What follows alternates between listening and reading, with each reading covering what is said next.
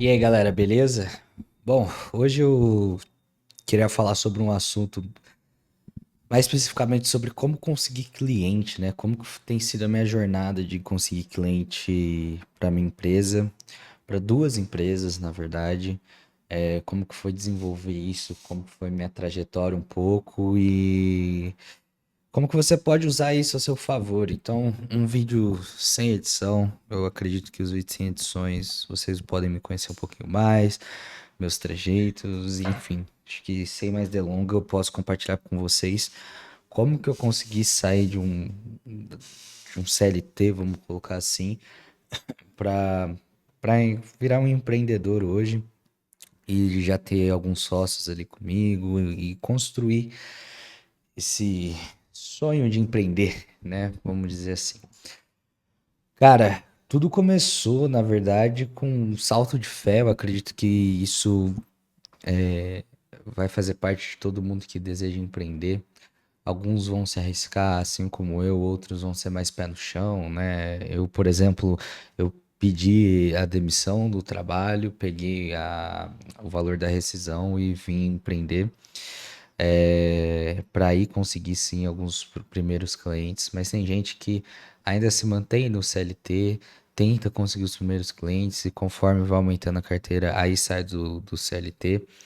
Então, hoje é até um ponto que eu não sei se eu faria diferente, mas eu pendo mais pro lado de, cara, tenta primeiro seus clientes e depois você sai do trabalho atual. Funcionou assim um pouco com a minha sócia, né, que é minha esposa, que ela veio trabalhar aqui para a empresa e depois de um tempo só que ela pediu demissão, eu acredito que isso traz mais segurança para as pessoas com pensamento que prezam por uma pseudo-estabilidade que não existe, né? Como colocar assim. E para as pessoas que têm uma certa dificuldade com foco, que nem eu tenho TDAH diagnosticado e tal, eu acredito que se você coloca um objetivo só, corre esse risco, eu acredito que você alcança de forma mais fácil, tá? E um dos primeiros clientes que eu obtive foi através da estratégia de prospecção ativa, né? Então eu literalmente mandava mensagem de 10 a 15 pessoas por dia e perguntando se a pessoa conhecia alguém ou sabia indicar para alguma pessoa, né? Tem um post semelhante lá no meu Substack que fala isso. E basicamente a cada 100 pessoas que eu abordava, 20 interagiam legal para 5 ser um possível cliente, tá? Foi rápido até, eu vou ser bem honesto com vocês, eu demorei cerca de 10 dias para conseguir o primeiro cliente e 6 dias para conseguir o segundo. Só com esses dois cenários, os dois clientes que eu obtive, eu já conseguia me manter. Eu já ganhava mais do que quando eu estava trabalhando no formato CLT, né? Era PJ, mas eu falo CLT no sentido de ser um trabalho que era das 8 às 6, assim por diante, tá? Então eu ganhava 5 mil na época, que é porra, é uma puta de um salário ali. Mas com esses dois primeiros clientes eu já tava ganhando 6, 7 mil reais. Acho que era 6,5 para ser sincero, tá? Com esses clientes. Aí tirava nota e tal, ainda dava os 5 mil, mas entenda o que eu quero dizer. Somente com dois clientes eu cheguei nesse patamar. E aí demorou. Eu não parei de fazer essa prospecção, mas eu diminuí a cadência, porque antes eu não tinha nada e eu precisava agora entregar. Eu tava meio que sozinho nessa. Então, de 10 a 15 pessoas por dia, eu passei a fazer 5 por dia. E demorou cerca de 2 meses para conseguir o terceiro cliente. E aí sim, eu consegui uma renda já. Eu consegui bater lá os 10 mil reais por mês de recorrência, fazendo somente essa estratégia. Então eu acredito que para quem está começando e tem um conhecimento assim como eu tenho de gestão ou de CRM, né?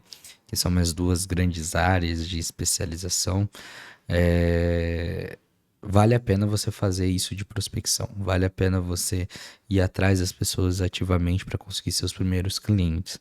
É muito difícil você não conseguir, principalmente no mercado digital, alguns clientes como esse. Cara, a partir desse faturamento, sendo muito transparente com vocês, dependendo do que vocês fazem, eu colocaria aqui, ó. Se você for vender serviço, a partir do faturamento de 10 a 20 mil, você já começa a ficar sobrecarregado se você for fazer sozinho, tá? Então você começa a ficar bem sobrecarregado, algum prato cai. Ou é a entrega, ou o atendimento, alguma coisa vai cair. E é onde você começa a olhar para contratar alguém, chamar algum ajudante. Por isso que é interessante, às vezes, você sacrificar esse início de faturamento para ter um sócio que cubra uma das áreas da qual você não é bom. Então, se você não é bom com atendimento, se você não é bom com vendas, talvez valha a pena você ter um sócio de venda que saiba vender e você foca na operação para dar vazão e vice-versa, tá? É interessante essa estratégia. Eu optei por essa segunda empresa aqui de funil de vendas, ter esses sócios, ter essa sociedade. Então, hoje aqui a gente é em três e tem funcionado bem. Tem dado margem para mim estar aqui agora, por exemplo, gravando conteúdo todos os dias para vocês. E foi a partir daí que eu comecei a angariar mais cliente, ficar sobrecarregado. Por quê? Eu liguei campanhas de tráfego nessa época e começou a chegar cliente. Então foi literalmente de junho a setembro, eu saí de 3 clientes para 12. Foi bruto, tá? E eu precisava de gente, eu comecei a contratar rápido e foi uma das principais falhas que eu tive. Eu não devia ter feito isso, tá? Eu não devia ter inflado tanto a minha operação, deveria ter ficado pequeno na época em questão de serviço e ter olhado para o que eu olho hoje, que é infoproduto, ou segmentar para uma outra empresa para ter microfaturamentos em cada uma delas e estabilizando várias fontes de rendas e crescendo ao longo do tempo com elas, tá? Mas eu fiz isso. E então, assim, literalmente em 6 meses meu faturamento saiu de 0 para 35 mil reais. Foi muito rápido, assim. Uma das principais falhas minhas foi ter inflado a equipe. Eu acredito que com uma equipe muito melhor eu poderia ter entregado o melhor resultado. E outro ensinamento que eu tiro foi o modelo de negócio.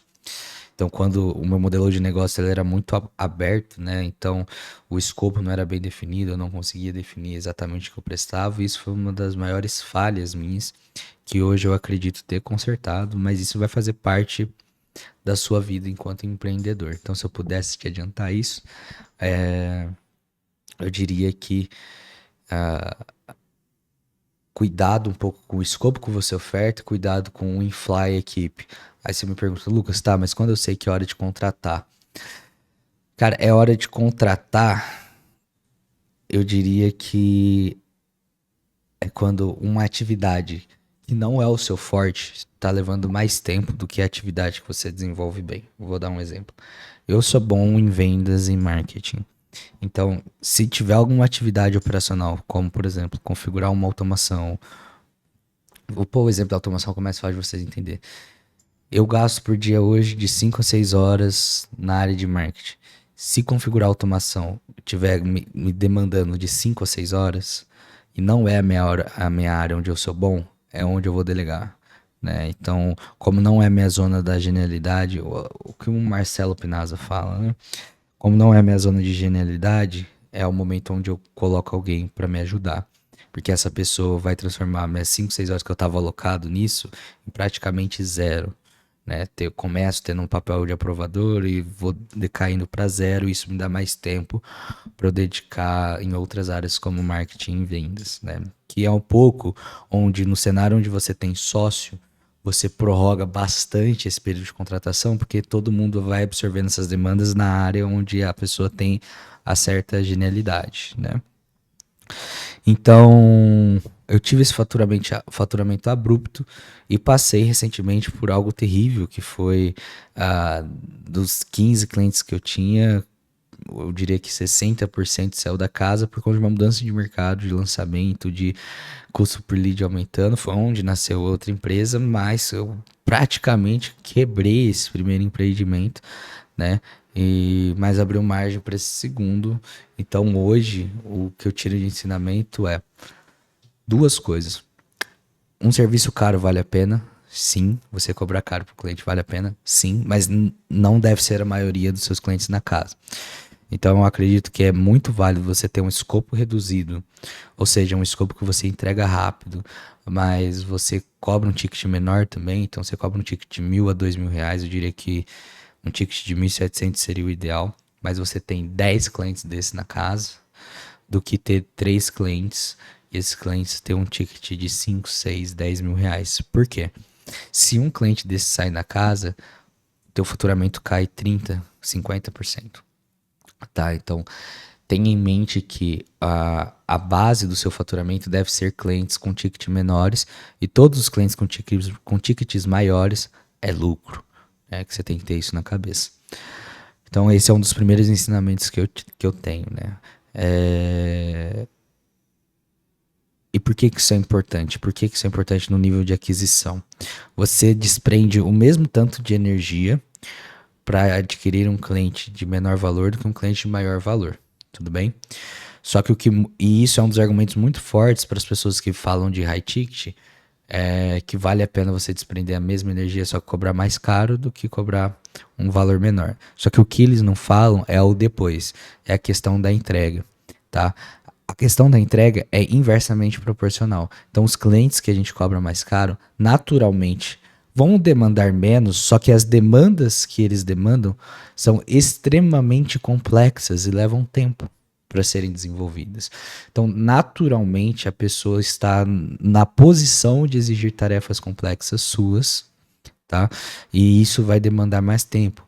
E é complexa não porque o escopo se diverge, não, é porque a estrutura do cara às vezes é maior. Porque para o cara poder te pagar esse valor, a estrutura é significativamente maior, tá? Então, a pessoa vai ter que desprender mais tempo para tomar cuidado para não fazer merda na configuração de alguma coisa, no disparo de alguma coisa. Então você relativamente fica mais com na mão, entendeu? Enquanto o outro cenário que o cliente paga menos é uma estrutura que ele tem mais tranquila, mais fácil de lidar, né? Não tem tantas camadas de burocracia. E então a regra é inversamente proporcional, porque por mais que esse cliente paga mais, você vai desprender mais tempo gastando energia neles. Então eu tenho uma métrica aqui hoje que para cada cliente que paga mais caro, você vai desprender 3 vezes mais energia, tá? Para um cliente que paga mais barato. Então, atente-se a isso. O mesmo tempo, então vamos pegar aqui uma demanda de. Vamos pegar 10 horas de trabalho. Você gastaria 10 horas de trabalho para despachar para um cliente que paga 5, 6, 7 mil reais.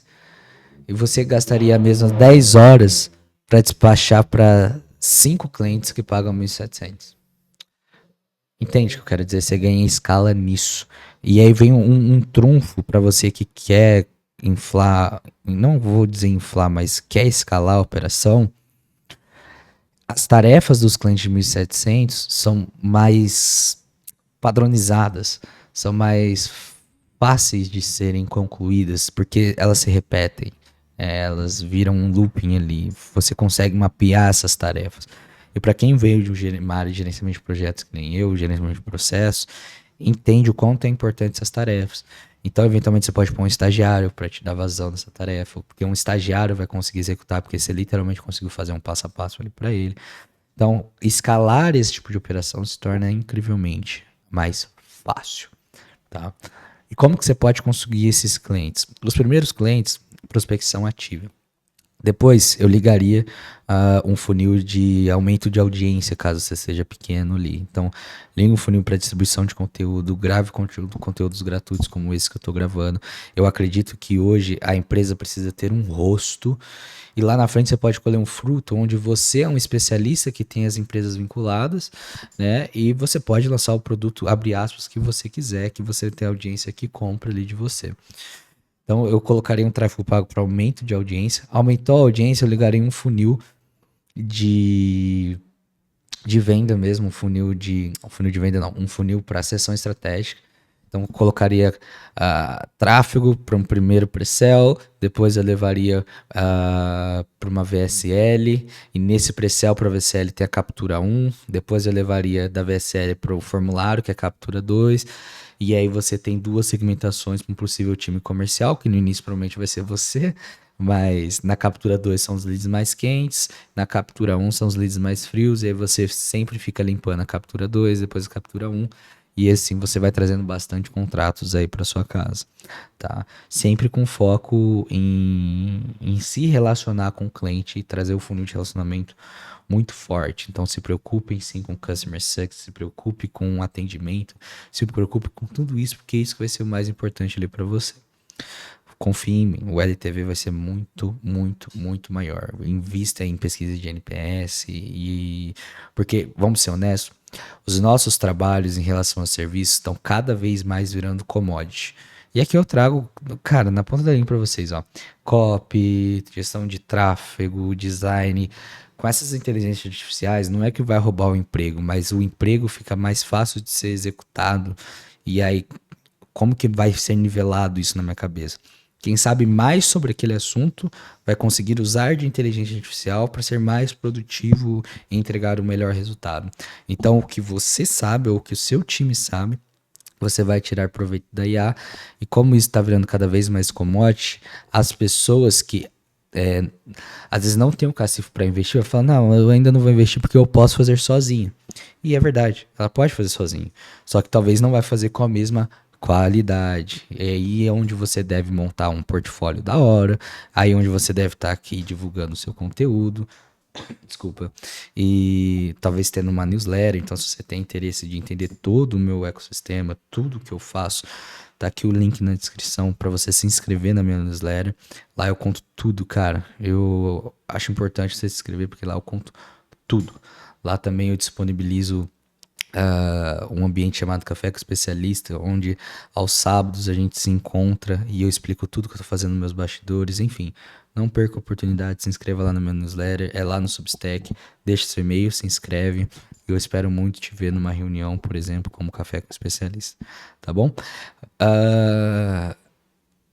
Então, cara, eu ligaria esse funil para você ter esse fluxo de cliente e manteria a prospecção ativa, manteria a distribuição de conteúdo para aumentar a audiência, manteria esse funil de captação para ser criado. E o quarto passo é, tá entrando cliente, tá saudável, tá entrando de 2 a 3 clientes por mês, né? Que eu acho que para uma equipe enxuta, pô, é o suficiente para você criar uma recorrência e ter um faturamento legal.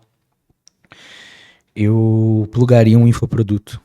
Plugaria um infoproduto como o Isca, traria essas pessoas e depois cobraria esse infoproduto um valor simbólico, acho que até R$ 100, eu colocaria até 37, na verdade, para essas pessoas entrarem, tá? Então hoje, por exemplo, eu tenho uma comunidade que chama Modo Foco, onde uma comunidade no Discord, onde as pessoas se encontram lá para estudar, para pôr um projeto para frente, para fazer network.